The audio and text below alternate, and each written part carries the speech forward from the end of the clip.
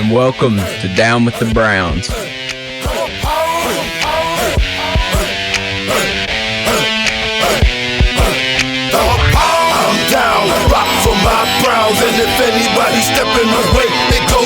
And welcome back to another episode of Down with the Browns. You're here with your hosts, Christian and Mac, the Buffalo Blank. And Manny is actually not going to be here with us today. He's working that overtime, you know. He's working that double overtime. But the Buffalo and the Southern Dog will hold it down. We ended this podcast last week saying that we were going to come with good news. Well, depending on like who you are, we do have good news. The Browns just got a new quarterback. They traded for former Texans player Deshaun Watson. Now, while he comes with baggage, the official trade is we receive Deshaun Watson and a 2024 fifth-round pick.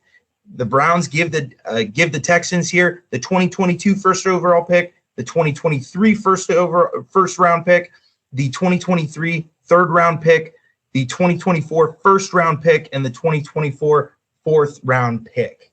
So no players here, just picks, 3 first-rounders, a swap of a fourth and a fifth in 2024. Now, tweet from Nick Padone of the Reflog podcast. The Browns still have 8 picks in next year's draft, so it's not too bad. What did you think of the trade, Christian? I didn't see it coming. I don't think anybody did, really, because we were technically rumored out. We were the first team actually out of the Watson sweepstakes. And then hits us about, I think it was like 3:20 something. We all get hit with this notification. Deshaun Watson decides to go to the Cleveland Browns. And I'm like, okay, yeah, this is fake. Somebody's got hacked or got some false news. And then you start saying like Adam Scheffner, Ian Rappaport, they're all reporting it. And I'm like, oh, man, we actually got Watson. And then I started like thinking about it. I was like, oh, my gosh, we actually upgraded at quarterback. But like at what costs? Like morally, and what did the team actually give up for Watson? And then the reports come out. It's just 3 firsts, some pick swaps, and then we get a fourth with him or a fifth with him. And I was like, okay, that deal is a lot better than what I originally heard, because I was hearing like 3 firsts, 2 seconds. People were throwing like Kareem and Denzel in there. That's what had me so worried. now, of course, none of these rumors were officially true. And I mean, everybody was just saying, oh, everybody outside of, Myles Garrett, Nick Chubb are untouchable. And it's just like, what? Like, everybody was just kind of like waiting for the Watson news to happen, but nobody would have guessed that it would be Cleveland. Now, reportedly by Ben Albright, Watson turned the Browns down twice. First, when they initially threw out the trade offer, and second was after he met with them in Houston. Now, Watson had a heel turn when, Haslam and Barry put together his new contract, $230 million guaranteed, every single cent of that. Now, somebody's media question first. Oh, okay. So what if Watson gets suspended? What happens there? Well, the Browns have backloaded his contract, meaning that his base salary for 2022 is going to be $1 million. So that suspension will come out of that $1 million. It's roughly about $55,500 per game if he were to get suspended. Now, that. When they pulled the trigger on Watson, I mean, it was just really simple, and I'd like to hear your thoughts on this, but they burned that bridge with Baker. Again, they came out with the adult comment, and it was just not working out, and they were pursuing another quarterback.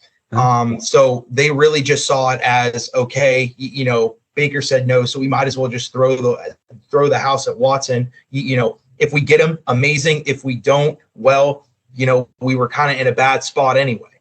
So, again, I think it's great. Obviously there's stuff other surrounding it, and we'll talk about that in a second. But just from like a pure football perspective, Deshaun Watson is a top 4 QB. There's really not another guy like him in terms of, extending the play. And it's And I was watching a lot of tape on him, and I just forgot how open he makes his receivers. Yeah. Right? Because the minute that he breaks the pocket, everybody thinks hey, he's going to run. Well, he's keeping his eyes downfield, so wide receivers just get lost in coverage, and they're just wide open by a good like 10, 15 yards. So now obviously we get into the huge elephant in the room, Deshaun Watson's case. 22 women are accusing him of sexual assault, and it's I mean, they're still ongoing. There's 26 cases in total, and this is going to take them till roughly about 2024 to get this taken care of. So it's going to be hanging over our heads for a while. Yeah, it'll be there. I know this sounds like terrible, but I think like once he hits the field and like you actually just start seeing him as this football player again, you'll still hear about these cases, but I think you'll be more focused on Brown's Deshaun Watson, number 4 out there on the field, than that. But when you start getting closer and closer to the court date, and then when they start to get all the settlements, and however, I'm not a lawyer, so I don't know much about it. Mm-hmm. But I know that I mean, that's always going to be there. That's going to be a media question week in and week out. The press conference, his initial press conference, he's going to be beat down with these questions, along with Barry, Stefanski, and Jimmy Haslam. Deservedly so, because like, I mean, a lot of people have took this news very, very hard. Like, I mean, I've seen a ton of people on Twitter and Facebook and Instagram and just all over social media. Like, they're like, yeah, I'm done with the Browns. I've been a fan all my life, but I am now done with them. Like, this was the last straw. Doing this makes us no better than the Steelers because I mean, for 15 to however long Big Ben was with the Steelers, like, and that stuff came out with them. We've always just called him, like, as it came out, like, like we just kind of always trolled them about it, and now we get Watson, like, but I've not seen really many people defending Watson more than just acknowledging his talent. That's how I think he's a great football player, but he's not a great guy. That's how I look at it. Yeah, and I look at it the same way as well. Now, obviously there is a possibility that he could be telling the truth. Now it's hard when 22 other people who are separate individuals are arguing against that. But there is still a possibility that he is telling the truth, that he is innocent. I just think it's interesting that the NFL, and just think about this for a second, the NFL is going to come down on a ruling over this in terms of his suspension before the civil cases are even up. Yep. So it's just going to be interesting because it's not going to be anything that's going away soon. It's just going to be a constant topic. And like you said, I'm seeing the same thing. People being done with the fan base, leaving, donating their, all their gear and everything. And it just puts people in a tough spot because you can't blame them. Especially after, and again, everybody keeps coming back to this adult comment. Mm-hmm. You can't say things like that and then go after Watson. Watson, who's being accused of the things that he did. Yeah. Now I want to say, on behalf of both of us, we do not condone that whatsoever. Mm-hmm. But also, we're going to watch how this situation unfolds. Christian just said it. They're going to have a press conference soon. Now, Tom Withers of the Associated Press reported that Watson will be in Houston with the court cases. I believe it is either today or tomorrow. Either way, he will not be in Cleveland till about Thursday. Yeah. So we'll look for a press conference either like this Thursday or this Friday, definitely by the weekend. But yeah, it's they put out this PR statements the other day. Now, I just think it's interesting that they said that they've heavily examined the case, but they had not talked to matter of fact, no NFL did. Yeah. But they didn't attempt to reach out to the prosecutor here and see the other side of the story. So I just find that a little bit interesting. What's your take on that? It's they say they did an extensive research on this case, but like they didn't talk to the other side of the case. So like you don't know if they're just taking Watson's word. But they made a couple posts earlier. I think was it today or yesterday, talking about all that how they've done all this research, and Dee Haslam hopped in on it with Jimmy, and then they were talking about how they're excited for Watson. They're gonna take it step by step, going with however this court case goes, and that's pretty much all you really can do because the criminal charges weren't there, but 22 women are accusing him of this, and you just, I couldn't imagine how like the women that have dealt with this type of stuff and like nobody believed them, how they're gonna react to this case. If he did do this or if he didn't, like you just don't. Like, I'm not gonna say that the women lied or Watson's. It looks like Watson did the stuff. Like just by the way the media is portraying it, and we don't know because we weren't there, but we'll see how the court cases go and all that.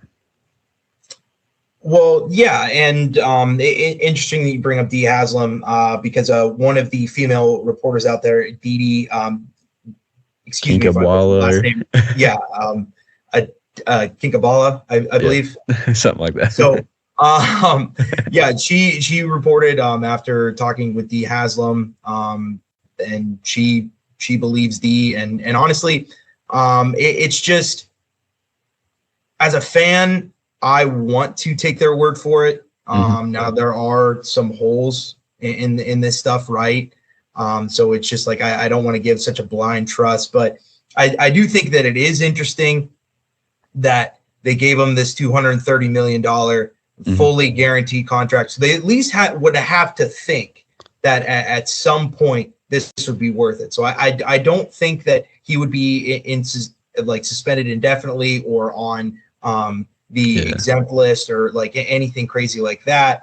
But I do also think that it's interesting that Dee Haslam is part of this as well, and she's speaking out on it, and she's personally looked into it. So the fan in me wants to believe Dee, but again, there are some holes. So it's just going to be interesting watching this whole thing unfold because with every day, every second, and it's just like any kind of news that you get in the NFL, right? As every second passes, there's one more thing to learn, one more thing to digest here, and that's all we have to. That's what we have to do here. We just have to take it step by step. Yeah, and It's a weird situation. I've not ever seen anything like this in the NFL because this stuff's still fresh. It's still, the court case is still ongoing. And then it's not like he was already on the roster. The Browns went out and traded for the guy and gave up a hefty haul. They wanted to get him. Yeah, which there were numerous NFL teams in on it. I believe that he listed 5 that he wanted to go to, but there was apparently I think 10 to 15 teams interested in him. He just didn't want any part of them. The other 5 to 10 or however many that was. But, we upgraded at QB. It just shows that they're aggressive, and hopefully it pays off. Hopefully everything gets straightened out, and hopefully everything's okay there. But, with the QB situation, we've got another QB on the roster who has wanted a trade. The Browns have told him, no, we're not trading you. And then a couple hours later, probably 14 to 18, somewhere in there, the Browns acquired Deshaun Watson. And now it looks like Baker Mayfield's on his way out of Cleveland. Hopefully he has all his stuff packed. But my sources are telling me anywhere from 10 seconds from me saying this to December 31st of 2032 that he will be traded. Right? And it's just crazy because right now, and you just got to feel bad for Baker at this point, man. Like the guy has went through what he's went through with our franchise, and he's just getting kicked out the door before phone calls are even being made. And it's crazy because it went from, like you said, we're not going to trade you, you're our quarterback next year, to all right, hey, give us a list of teams because we got one. You're not going to be here in 6 months. But it's interesting too because they've just it's almost like they just whitewashed his whole resume. Mm-hmm. His market is one of the lowest that I've seen for a player of his caliber. You got to think, I mean, Sam Darnold went for a third round last year. And second. It was reported. So that was for Sam Darnold. For Baker Mayfield this year. Mm-hmm. Now, granted, there's a lot of things into it that I'm going to talk about in a second, but it's reported by Adam Schefter that teams are throwing 5th and 6th round picks for Baker Mayfield. And, it's mind-blowing, but again, you have to look at the situation. He is playing a 5th-year option at 18 million, 18 point something, guaranteed, a little bit less than 19. I believe it's 18.7. He's coming off of shoulder surgery. Granted, it's non-throwing, and he's just, people are questioning his character right now. So it's kind of hard to do that and then still put together a trade market. Yeah. Now, and you've already saw it. The Saints passed on him. They re-signed Jameis Winston. The Colts went ahead and traded for Matt Ryan. So there's kind of teams that are already making moves. The Atlanta Falcons picked up Marcus Mariota. So it's just Baker's sitting in that empty room that he has to move out of. And currently he doesn't even have another team of where he's going to go. So yeah, it's a wild situation because when it came out that he wanted a trade, his primary destination was the Colts, and the Colts didn't even call the Browns for Baker. And this is even after the Watson trade happens. They don't even give a call. And now it's rumored that the Panthers are in on him and the Seahawks. Mm-hmm. But honestly, you're not going to get much for him, and then teams are asking for picks along with Baker to take that contract exactly, and that's the big thing. We saw last week. Robert Woods, who's a star wide receiver in the NFL, he went for a sixth round pick. Yeah, 6th round pick. And why? Because of his contract. Teams do not want to eat that cap when they're trading away a player. Us with Amari Cooper. Mm-hmm. That's the reason we got him for so cheap. We picked him up for such a low pick because we were eating that contract. But that's the big thing in this situation. I'm not inside that building. I don't know exactly what the talks, between Andrew Berry and other GMs.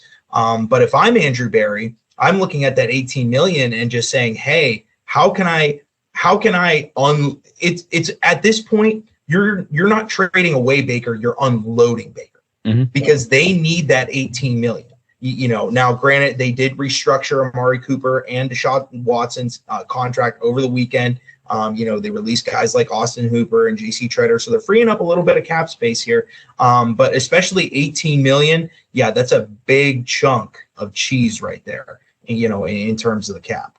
Yeah, and they're going to use that to hopefully get guys like Jadeveon Clowney or package or trade, get a good defensive end or D tackle, because there's still holes on this team that need addressed. Exactly. You also need another receiver. You need maybe another tight end if they don't want to go with the draft. Because there's still some talented tight ends and receivers in free agency, talented D tackles and defensive edges. So they're trying to free up as much space as they can. And, with Watson's cap only coming out to 1.4, 1.5 or something like that, that's a huge help for this season. Hopefully they can use some of that and re-sign Denzel Ward long term. Hopefully that's how that shakes out. But absolutely. And touching, on the free agency in terms of acquisitions they still need to make. You got to think about it. It's been a couple of days since we talked last on this podcast, and the Browns have still not made a move for defensive tackles. And it's now, granted, they were dealing with that QB situation. They still have to unload that $18 million, right? Yeah. But I mean, they got to do something at this point. You can't go into the draft having to draft 2 starting defensive tackles because, again, no offense to guys like Tommy Togiai and Jordan Elliott, but they need at least one definitive starter. You can't have 2 games, like especially in a 4-2-5 where you put so much pressure on that, on the front 4 because you need to give room for your linebackers to be able to run and pursue. So it's you can't put 2 question marks down at the line, and it's interesting because I remember a couple weeks ago we were talking about this guy, and I threw him out just kind of as a random, as a random name, but Akeem Hicks is apparently on the radar for the Browns. They have been interested, and I don't know about you, but I'm extremely excited. Yeah, just go ahead and turn me up on the Akeem Hicks. So just go ahead and turn me up. He's what the Browns defense hasn't had since I would say Big Baby Sean Rogers. I mean, he is the beef that you need in the middle of that defense. 6'4", 335. Now I think that they can get him for a bit of a discount because he is coming off an injury year. But 2 years ago, he got 29 total pressures, which is huge for an interior lineman. Okay. And here's a great stat on Akeem Hicks right here. So every season that he has played, 16 games comes out to about 4. Now there were a couple years where he played 14, 15 games. But in the 4 seasons that he's played a full season, 16 games, he's averaged 11.5 tackles for loss. That's awesome. Huge. And again, when you have guys like Myles Garrett and hopefully Jadeveon Clowney, signs, they've been reported that, that they've been talking to Clowney since Thursday, since before the Deshaun Watson trade was announced. Roughly about 2 years, $12 million. But I believe Clowney's asking for 15. So it's going to be interesting to see how that plays out. But, you have 2 big edge rushers coming off the edge like that. You need that middle presence to be able to push the pocket because you can get upfield all you want. But if you don't have somebody, in the A or B gap, the quarterback's just going to run right through for a 10-yard gain. So, yeah, I think Akeem Hicks would be a huge pickup.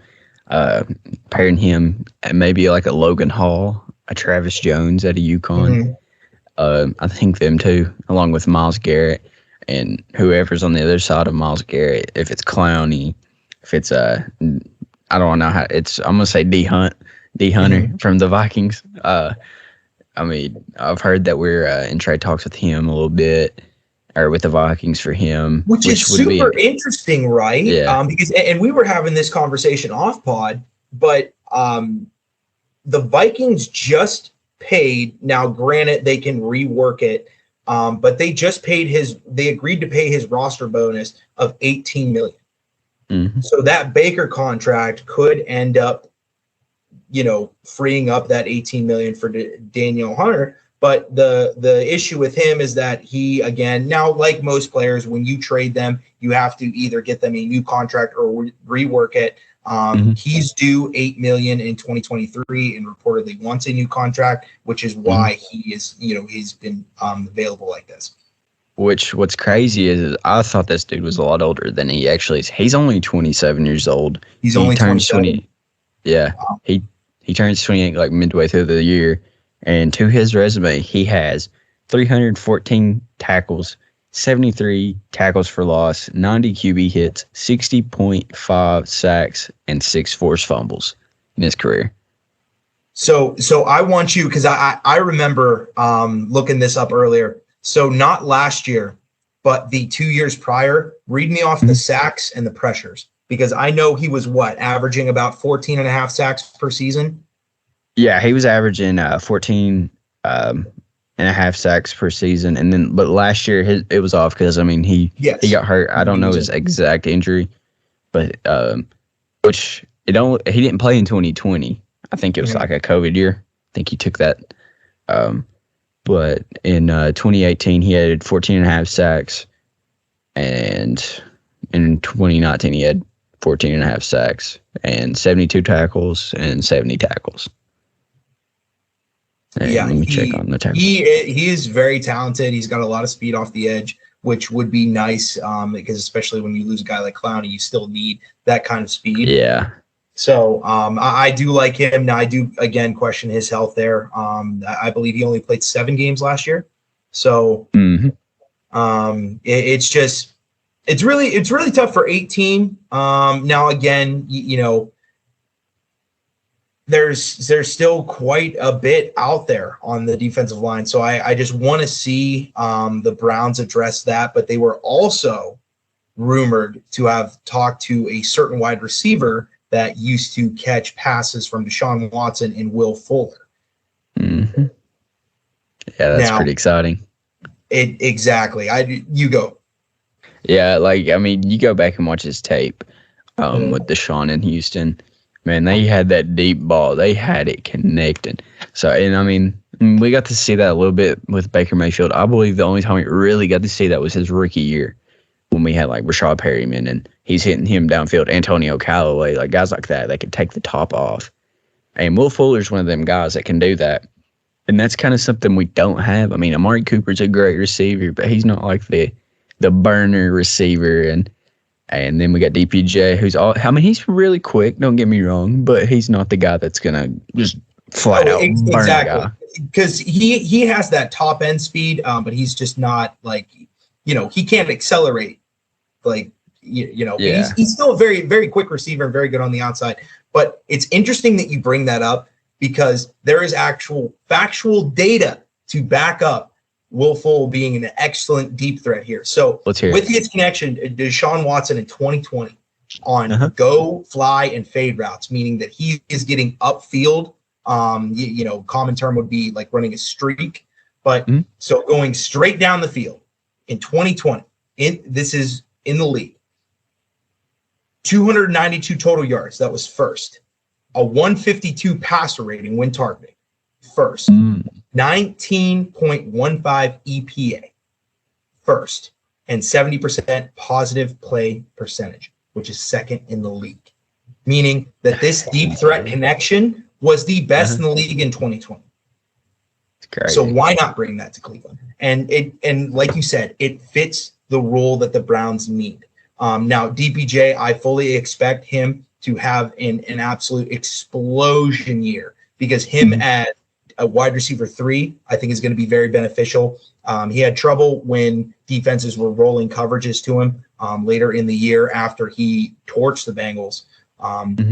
But Will Fuller takes that top off the defense, and that's what the Browns passing attack last year failed to do. They just could not. Now, OBJ was their deep threat. They were hoping that Schwartz would come together, but it just seems that he was a little bit too raw, meaning, not refined route running skills, not, high wide receiver IQ. But, again, he's a young guy. He's a rookie. You can still develop him. But bringing in Will Fuller would give you that immediate speed presence, and especially when you can take the top off of defense. Guys like Amari Cooper can run those kind of short, immediate routes. You have the safety who is preoccupied with a guy that can take him off coverage. So you have other guys that can eat. You can throw something to Njoku over the middle, or vice versa. It just really opens up your offense having that kind of speed. So especially when you're getting the best deep threat duo in 2020 back together, it would definitely be a positive for the Orange Browns. Yeah, and Will Fuller's proven he is a very, very good wide receiver too. And not only do I think he could thrive in Cleveland, I think that he could help mentor a guy like Anthony Schwartz. They both have that same skill set. They're about the same height. Schwartz is just 21, 22. And then you've got Will Fuller, who's 28. So, he's been in the league for a little bit.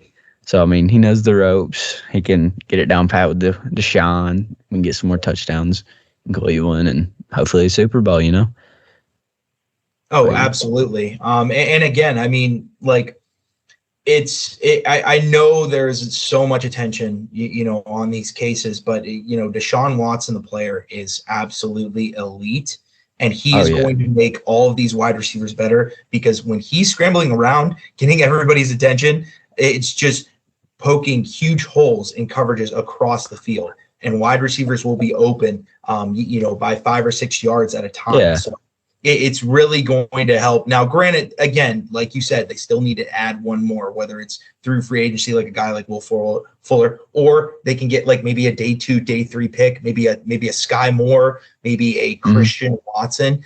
So it's going to be really interesting what they do. But again, that quarterback position just really kind of Yeah. improve, like the word that I'm looking for, just raises up kind of the level of play in that wide receiver room. Yeah, and going back to Watson, like, dude, I've watched some of his film lately, and man, there's some plays. Like, I was just watching, and I was just thinking about like all the times Baker, like, he would escape the pocket, and the edge rusher and the defender would be closing in on him, and like they would just be like he'd force a throw into some coverage and get picked, or just incomplete pass, or take the sack, and then watching Watson, like, half the defense is like literally on this dude getting ready to tackle him, and he just breaks off and he takes it 15, 20 yards. And then the one from the Bengals game, man, like, he just takes off running. He takes it like 50, 60 yards, just running the ball. Took it for Tutty. So, like, One word I would describe Deshaun Watson as is slippery. yeah.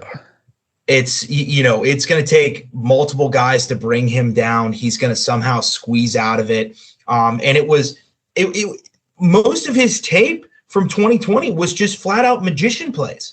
Like you said, 2 or 3 defenders disclosing in, he somehow squeezes out of it and either, runs for a first down or finds somebody open because, Yeah. the more, and that's what we couldn't really see with Baker because, granted, when he was outside of the pocket, he was pretty good, but when the longer that a quarterback has in the backfield, the more time that it gives a wide receiver to get open. You can't cover these guys forever. Yeah. So if you have a quarterback that can pretty much almost run sideline to sideline without being tackled at 5-6 seconds per play, somebody's going to get open. Mm-hmm. And one thing that I really like about Deshaun is like he's able to take the hit. Like, he's able to sit in the pocket and take the hit, and like he'd throw it and just bow. Like, Baker wouldn't do that, man. He'd get real antsy. You'll see his feet. He'd start like pump faking, and he'd get off, and then like he'd throw, and then like he'd throw off his back foot, and his feet weren't set, and just stuff like that. Like, Deshaun, like, he's cool, calm, and collected. He makes the good throws. And in less games than Baker Mayfield, he has more touchdowns, passing and running. So, And that's the thing too. So he's not only will he get you about, like 4,500, 4,800 passing yards, but he's also going to give you another 500 on the ground.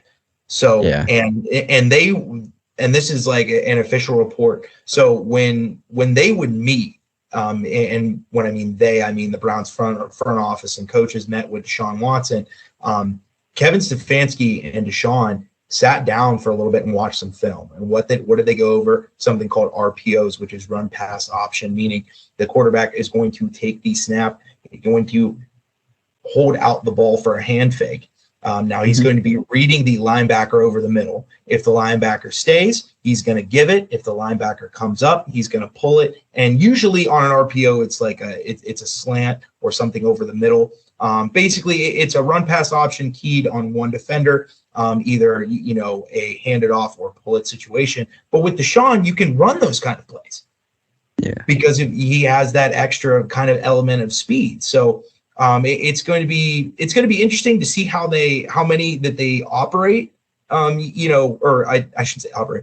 How many of those RPOs that they're going to call next season? But it's definitely. It's going to be neat to see a new wrinkle in Kevin Stefanski's playbook. Yeah, and what I've been paying attention. Like, I just looked at his stats. So in Browns history, the most touchdown passes in a season was Brian Sapp in 1980. He threw 30 touchdowns, and it was also the season highest passer yards for a Browns And QB. it was what, 2,500? Oh no, it was 41 or 4,132. Watson in 2020 had 33 touchdowns, 4,823 yards. And that was on a 4-12 team. Yeah. So that would have been our all-time passer and touchdowns and yards. So that's what this guy brings. He might. I mean, he is a top 5 quarterback. I mean, baggage. I mean, it's just the baggage just kind of it hurts it all, man. It just hard. This guy should be so easy to root for, but this baggage is just making it so difficult. Oh, it's it's the absolute worst thing ever. I mean, it's crazy because we use this metaphorical term baggage. Well, if you would actually kind of put it into a physical representation, a normal amount of baggage for a human being, maybe what you have carry on, maybe a little suitcase. Mm-hmm. Deshaun Watson's bag fills up roughly 30 or so private jets. Yeah. It's just, it's right there in your face. You can't ignore it. And it's just something that's just, again, it's not going to go away anytime soon. Yeah. So.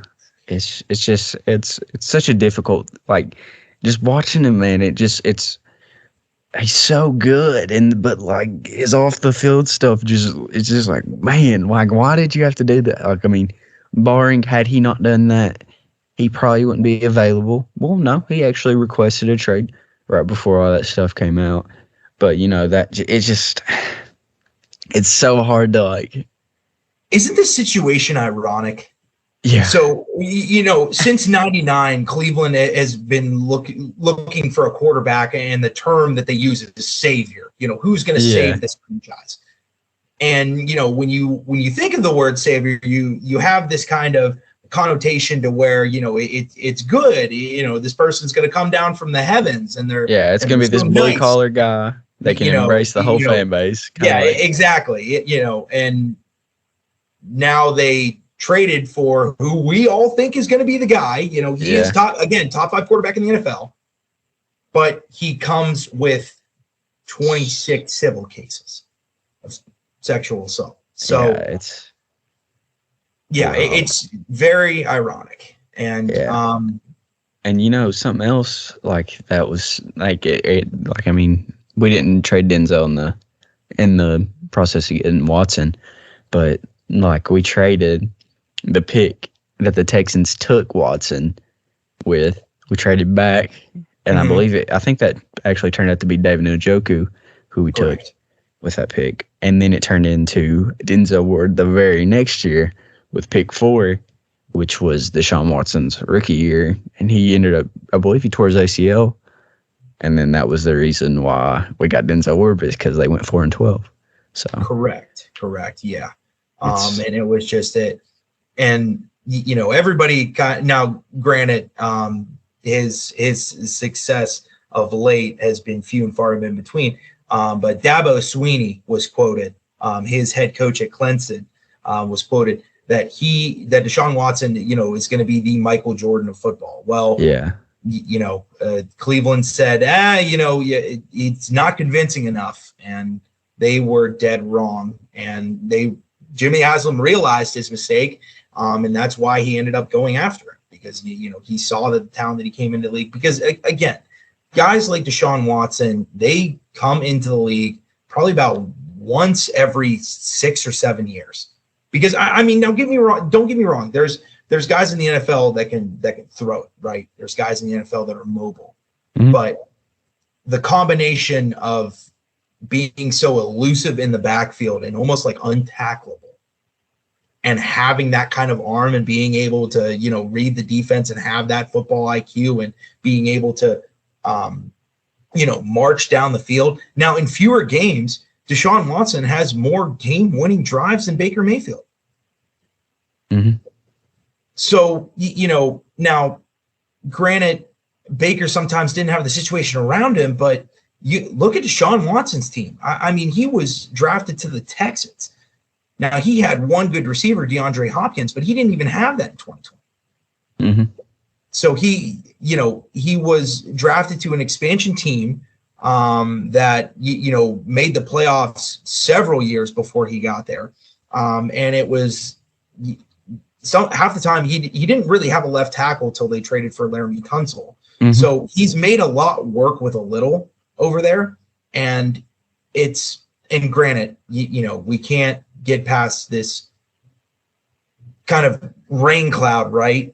Mm-hmm. And granted, I want to stress that it's definitely a lot more than what I'm describing it as, but where this rain cloud over him is not going away anytime soon. And I really do think that it's going to almost paint him. Well, and, granted, if he did do the things that he did, he is a villain, but it's almost like he's going to be, that villain next year. Yeah, it'll be how everybody looked at Big Ben there for a while on like steroids.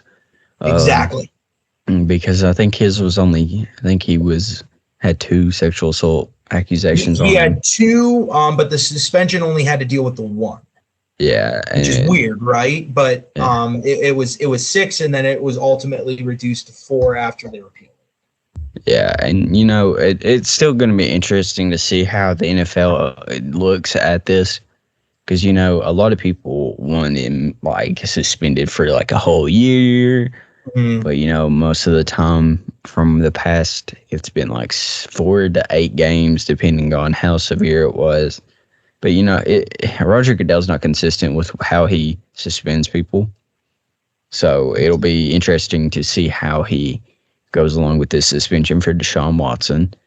And, there's a guy that the Browns actually brought in to back up Deshaun because, it's well known that there will be a suspension.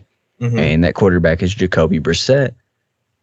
Honestly, man, I think that was a really good pickup. I like him.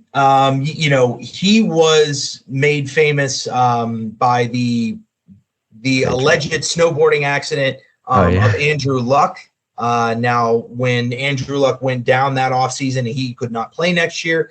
Jacoby Brissett was thrusted into action. Now, I do believe this, and as crazy as it sounds, in terms of a backup quarterback, you could probably not. There was no others kind of his, I don't want to say solidarity, but in terms of what he gives you, I would say he's a little bit more than a game manager. You want to talk about what? 1 second, sorry, I'm pulling up his stats right now. But he's 36 and 17 in terms of like touchdown to interception. Mm-hmm. So he's not going to give you negative plays. He knows how to run. He knows how to run a team. Now, will he go out and win you games solely because of him? Probably not so much. But I'll say this: if Jacoby Brissett was the backup last year instead of Case Keenum, we would have seen him come in after that Arizona game and start for the rest of the year, because he gives you that kind of solidarity. And it was smart by the Browns to find a guy to where they know that could manage the team, because by September, let's just take into account Deshaun Watson is suspended. You're plugging in Jacoby Brissett into this team that has Kareem Hunt, Nick Chubb, David Njoku, Harrison Bryant, who has been pretty good in terms of not in terms of volume, but in terms of efficiency, like what he's doing with the targets he's given. Now you have Amari Cooper, you have emerging wide receiver DPJ, and then whoever else that they go out in free agency and draft. So there are players around you to where you can make plays. Guys will get open. You do have that run game. You do have a solid offensive line. So I think it was an excellent pick by the Browns, because again, more than likely Deshaun Watson will get suspended, especially just depending on the volume of cases that he has. So I thought it was pretty smart them going out, getting a 1-year deal which, by the way, even smarter that they put a backup on a 1-year deal this time instead of the heavy multi-year cap hit that they had. So I thought it was a great move by Andrew Berry and company. Yeah, it was. It was a very smart move. I really like Jacoby Brissett. He's And the 2 years that he did start were with Indianapolis. They weren't the best of years, but they were, I mean, solid years. He had, he pretty much, in 2019, he pretty much put up what Baker Mayfield did last year, except with one more touchdown and one less pick, or a couple less picks. He had 2,942 yards passing, 18 touchdowns, 6 interceptions, and a passer rating of 88. That's pretty solid. I mean, for your backup coming in. I mean, he's not turning the ball over. And that's what they need, because, especially when you have 2 running backs, and, now you have Amari Cooper, who, I would equate him to a 7-Eleven because he's always open. Oh, yeah. And in terms of separation that guy can get, I feel like we haven't talked enough about Amari Cooper, but again, he's a top runner in the NFL. He can get open. So when you have guys like that, when you have a run game that's, pretty much now, granted, both of the Browns starting running backs got hurt during the season. Kareem Hunt was out half the year, and Nick Chubb was still out for games here and there. Mm-hmm. And when you give them the ball, they're going to get a 20+ run at any touch of the game. Yeah. So Jacoby Brissett, I would say a little bit more than a game manager, but he's not going to turn the football over, and that's what the Browns need to turn the backup quarterback. And when everybody's healthy on this offense, when everybody is healthy, 2020 showed you how good this team is. We got to the playoffs. We marched into Heinz Field and beat the Steelers that started off the season 11-0, who won the AFC North. This team is actually really solid. Baker didn't improve himself last year, and the AFC is getting a lot more competitive with everything going on with the AFC West. And the Bengals just went to the Super Bowl, so you got to stay more competitive, which is why I think we went with Watson. But the foundation of this offense, the O-line, the run game, it's there. And then now you get a stud star wide receiver one. Because, OBJ didn't really pan out in Cleveland. We don't really talk about that because of how it went down. But, now we've got Amari Cooper, who's pretty much Nick Chubb in wide receiver form. And whoever we bring in at wide receiver 2, Will Fuller, as we talked about earlier, there's a possibility we bring back Jarvis Landry. That's there. The offense is just so good, man. We just need to get that in wide receiver 2. And, man, I think this is – and once Watson steps in and starts playing, I think this is one of the most dangerous teams in NFL. Well, what's crazy, too, is that not a lot of people – now, granted, it was immediately overshadowed by what went on this offseason in terms of, the Amari Cooper trade and then, trading for Deshaun Watson days later. But something that I've said has came into fruition again. I don't know how I do this, but with Austin Hooper leaving, David Njoku is now tight end 1. Oh yeah. And 9 yards per target, that's going to show up with a quarterback to where he's scrambling around and he needs to find somebody deep. So it's gonna be really fun. Now, again, granted, rain cloud over this entire situation, but it's going to be exciting to watch this offense. And they have all the pieces together. Now, granted, they still need to grab some on the other side of the ball. I don't know whether Jajavian needs like a pen or he's just nowhere near his phone. Well, you got to think. Extension soon. He never signs it this early. I think he's just trying to miss all the camps and stuff. Because if he signs it now, he has to go to those camps. Because, if you remember last year. The OTAs? Yeah. Because, the past couple of years, he ain't signed till, May or June or some, time way out there. And to your point, he did do this last year. Now, I think it's just more of he's to me, now granted, I could be completely wrong, and in the weird chance that he's actually listening to this, he really gives me kind of like a very laid back kind of vibe.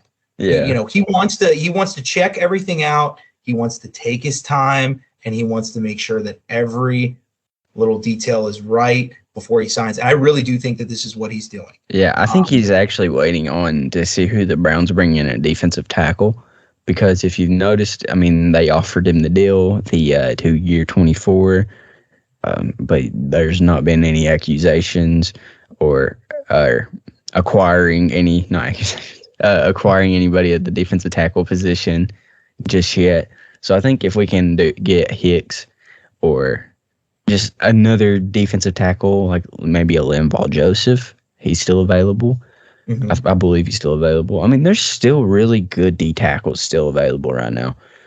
And it's like, I just want to see him make a move so I can just put like somebody on paper. Like, I mean, just be like, okay, yeah, we finally got a defensive tackle instead of having to talk about we need to address that. And, you know, because like it feels like we've been talking about how we need to address it, and then we're just still not. And along with it's almost like you take your car to the shop and they tell you, hey, you need to get a new battery. Yeah. And then you take your car right out and you go fill up your tires, go get gas, and literally do everything to your car other than replace that battery. I mean, everybody's been talking about the defensive tackle position. I put an article about it a month and a half ago that needed to be addressed. Yep. And here we are now. Granted, they did pick up that guy out of Jacksonville, Tavon Bryant. Yeah, and he's again freak athlete, but he's a pass rusher. He's not he's not an every down defensive tackle. So they need some beef, man. He's more of a just a rotational piece anyway. He's just a throw in there. Exactly. Like just a third down, like throw him in there like on a second down or a third down, like just, you know, he's just a rotational piece. I mean, I would even like them to figure out, is Sheldon Day gone? I think he's still available. I believe Sheldon Richardson is still available too. That would be another safe pick. Now it's interesting. Over the weekend, Larry Ogunjobi, who recently was signed by the Bears, failed his physical. Now, what a lot of people don't know is that when you sign with somebody, there's a lot of times under the fine print where you have to do certain things. You know, you have to meet certain weight, kind of things like that. Yeah. So you have to be able to clear those kind of things before everything is official. Now, you know, you can sign your name and stuff, but again, there's those little clauses that you have to get through before everything is set in stone. The details on why he failed his physical, I don't know. The Bears just put out this weird PR thing, and they just said, unfortunately, but this was the best decision for Chicago, PR speak. But they didn't go into the depth of why he failed the physical. So I think it's at least worth a phone call. Now, granted, Andrew Berry's an absolute wizard. So we probably, and especially with Larry being on the Browns 2 years ago, I'm assuming that somebody has been in contact with Larry ever since the failed physical. And it would be nice, especially because he had the most sacks and pressures out of his defensive tackle free agent class, to bring him back in. He knows how to rush the passer. And a lot of it, and I've said this before, Larry played smart this past year, and it really showed on tape, because with guys like Sam Hubbard and Trey Hendrickson coming off the edge, all he had to do is just make sure to maintain the A and B gap when that quarterback steps up. So, that would work perfect for this defense, especially if Clowney can come back, because then Miles and Clowney don't have to worry so much about containing. They can just get upfield. So I would at least want them to make that phone call personally. Now, granted, we don't know whether or not they've had those talks, but Larry's a good guy to look out for. So is Akeem Nicks. So there are, like you said, there are guys left on this free agent class in terms of defensive tackle. So we just hope that they make some acquisitions in that department before the draft. Yeah, and another guy just came off the board actually just now. Zadarius Smith just signed with the Vikings. So there's another edge. And that's extremely interesting, Grant, with the Daniel Hunter news. So I don't know whether or not that. Yeah, well, there's definitely going to be some interest. Now, granted, they could keep both, and they could say, hey, we got you we got you an edge rusher to pair with, so we've made your job a little bit easier. Would you, you know, so Yeah. Just sorry. hopefully, he ends up Adam in Schefter Cleveland. came up. Apparently, I don't know what it is. Now, I don't know how you feel about this, but what's the whole thing with the NFL just interviewing failed Browns GMs for advice? I don't know. I feel like the NFL, any way they can, they try to just trash the Browns, and it's been like that for years. Well, it's just between Michael Lombardi knowing nothing, about Browns contracts going on Pat McAfee to now Joe Banner was interviewed by Adam Schefter saying that Deshaun Watson's contract will change the NFL for years to come. Now, of course it will. He has the most guaranteed money by $70 million. Of course, the contract will change the NFL for years to come because other players are going to look at this and they're going to say, "Hey, Deshaun Watson got $230 million. I think I'm a pretty good player too. Why don't you pay me?" And so, and like there's a quarterback coming up from free agency in our division, in Lamar Jackson, and hopefully this is what I'm hoping. He goes, look at me. I want this. I want that same contract, nothing less. I hope he does it. And then the Ravens are like, no, we can't do it. The crazy thing about it is that they have not been in talks. Yeah. They have not been in talks about a new contract before the season. So it's going to be interesting how things play out. Now, weirdly enough, Lamar had his Baker year this year as well. Uh-huh. So, he had an injury-prone year, lots of turnovers, and turnovers in terms of interceptions and fumbles. He's had both. Now, the only person with a longer streak was actually Jimmy Garoppolo, having at least one turnover, in a game. So it's going to be interesting to see how it plays out. It's even more interesting because his agent is his own mom. So, it's family doing business. So that means stuff gets personal. Mm-hmm. So it's going to be now, and again, like you said, they pay Lamar, and it's going to be interesting to see how everybody else gets paid because they just paid Mark Andrews. They got to figure out what they're going to do with Hollywood Brown because they still don't know whether they love him or not. They got to fix that defense, and it's J.K. Dobbins is coming up in he's still in his third year, but yeah, it's go ahead. So apparently the Zadarius Smith thing, that it's a fake account. Aaron Wilson of Pro Football Network says there is a fake Vikings account indicating Zadarius Smith has agreed to terms. He hasn't. So just when we break news on this great and wonderful podcast, it turns out to be false, and we're all idiots. Well, you just know what that means, don't you? It means Zadarius Smith's ready to turn it up, and he's ready to be down with the Browns. Oh my God, that's what it is. But and Browns. So, like, if you're listening here and this name kind of sounds familiar, and you're going to say, "Well, where have I heard this Zadarius Smith before?" He was a long-time Raven. I shouldn't say long time. I want to believe he was on the team for his rookie contract. So for his rookie contract, and he was an absolute menace on the defensive line because he's one of those guys to where he won't get the most sacks, but he'll get the most pressures. And I know that I use this stat a lot. Pressures. Okay, what is a pressure? So pressure is, you hurting a QB who classifies as, you're in his face, you're making him throw.